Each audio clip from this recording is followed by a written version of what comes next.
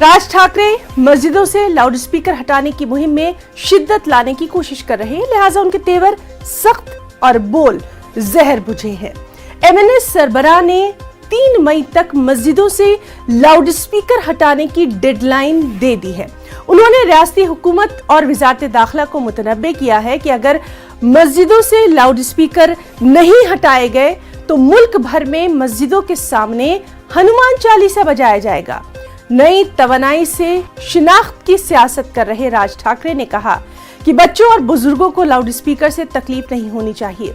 राज ठाकरे ने कहा कि मुसलमानों को इबादत करनी है तो वो घर में करें, नमाज के लिए रास्ते और फुटपाथ क्यों चाहिए।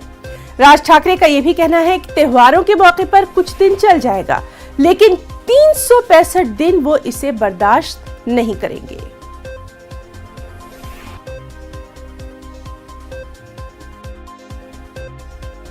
या मशिदींवरच्या भोंग्यांचा अख्ख्या देशाला त्रास होतोय, ह्याच्यामध्ये धार्मिक विषय कुठे आहे?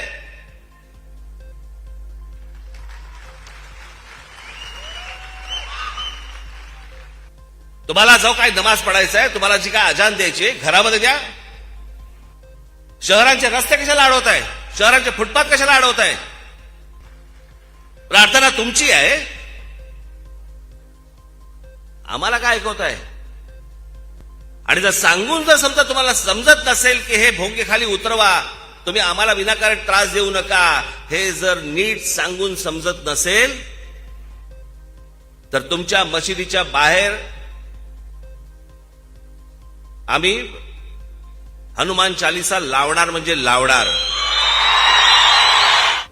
और बीजेपी लीडर नीतीश राणे ने लाउडस्पीकर में अजान के मामले पर राज ठाकरे को आईना दिखाया है।